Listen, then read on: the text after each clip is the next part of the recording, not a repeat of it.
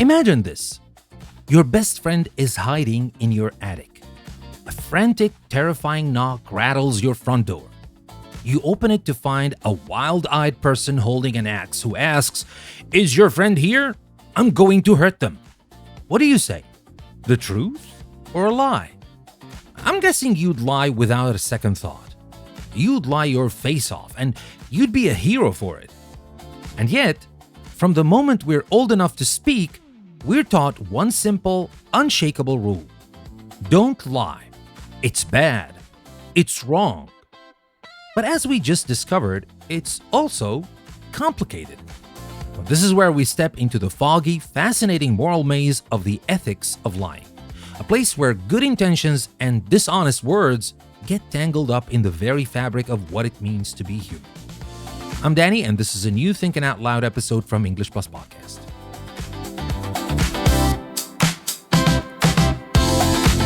Now let's start with the hardliners. There was this brilliant and famous rigid philosopher named Immanuel Kant. He believed that some rules are absolute, universal. He called this the categorical imperative, which is just a fancy way of saying if something is wrong, it's wrong all the time for everyone in every situation. No exceptions. So for Kant, lying isn't just a bad choice. It's a fundamental violation of moral law. He argued that if we all lied whenever we felt like it, the very concept of trust and communication would collapse. Society would crumble. It's a powerful argument. Honesty as the bedrock of civilization. But then you get back to our axe-wielding friend at the door. Kant, in his unwavering consistency, would argue that even then, you cannot lie. You must tell the truth. It's a chilling thought, isn't it? It prioritizes an abstract principle over a real, breathing human life. It's a perfect system for a world that isn't messy, emotional, or filled with people carrying axes. In other words, a world that isn't ours. Another world. So if the no exceptions rule feels a little robotic, what's the alternative? Enter a different school of thought. Utilitarianism. Forget rigid rules. Let's just focus on the outcome. The most ethical choice is the one that produces the greatest amount of good or happiness for the greatest number of people. Suddenly, our dilemma at the door becomes a simple math problem. Lying leads to one person, the axe wielder, being unhappy, while telling the truth leads to at least one person being, well, axed. Easy choice. Lie. And you've maximized the good. This feels so much more intuitive, so much more humane. This is the logic behind what we call the noble lie. It's the doctor who tells the family their loved one passed peacefully in their sleep, even if it was a struggle, to spare them additional pain. The leader who conceals terrifying information to prevent mass panic. The goal is to create a better outcome.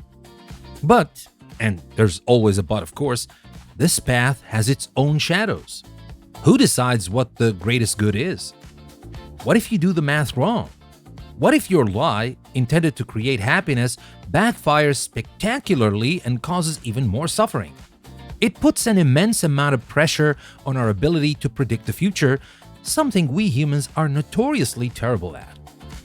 Well, maybe we're asking the wrong question. Instead of asking, is this lie right or wrong, what if we asked, what does telling this lie make me? This is the core of virtue ethics, a philosophy championed by Aristotle. He wasn't as concerned with rules or outcomes as he was with character. For him, the goal of life was to cultivate virtues, courage, patience, compassion, and of course, honesty. A good person is an honest person. Lying, then, isn't just breaking a rule, it's a small act of corrosion on your own soul. It makes you less trustworthy, less whole. Each little white lie is like a tiny chip in your character. But here's the beautiful, maddening conflict. What happens when virtues collide? Isn't compassion also a virtue? What about loyalty? Back at that front door, the virtue of honesty is in a direct cage match with the virtue of protecting a friend. The virtue of compassion for your friend is fighting the virtue of honesty to a stranger.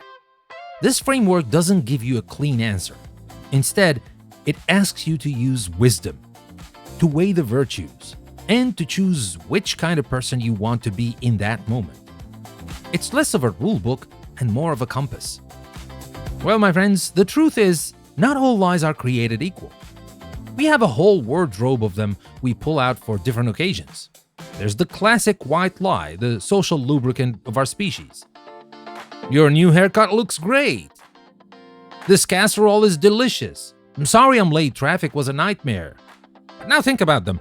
Are they really harmless? Or do they create a world where we can never quite trust the small stuff, making it harder to trust the big stuff? Then there's the lie of omission. You didn't say something false, you just didn't say something true. You sold a car and forgot to mention the weird rattling sound it makes on Tuesdays.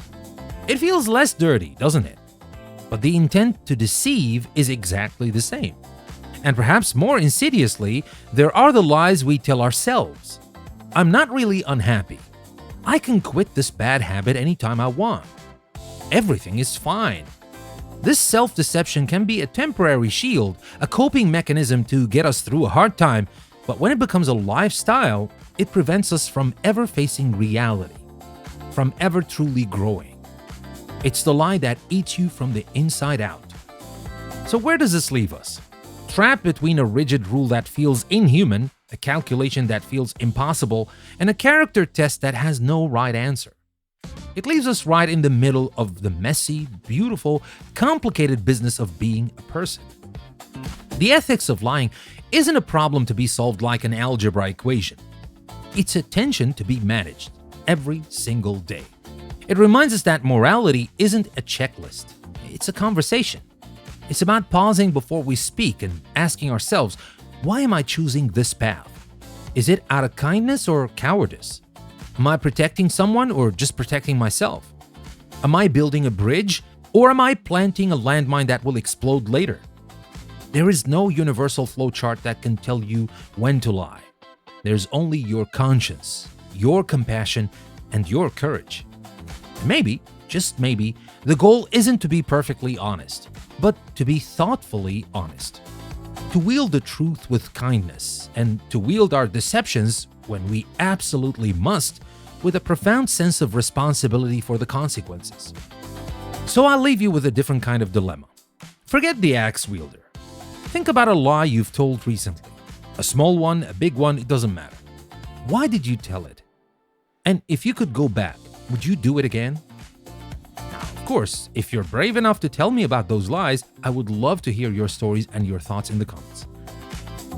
Let's try to navigate this fog together. Thank you very much for listening. I'm Danny, and this was a new episode of Thinking Out Loud from English Plus Podcast. I'll see you next time.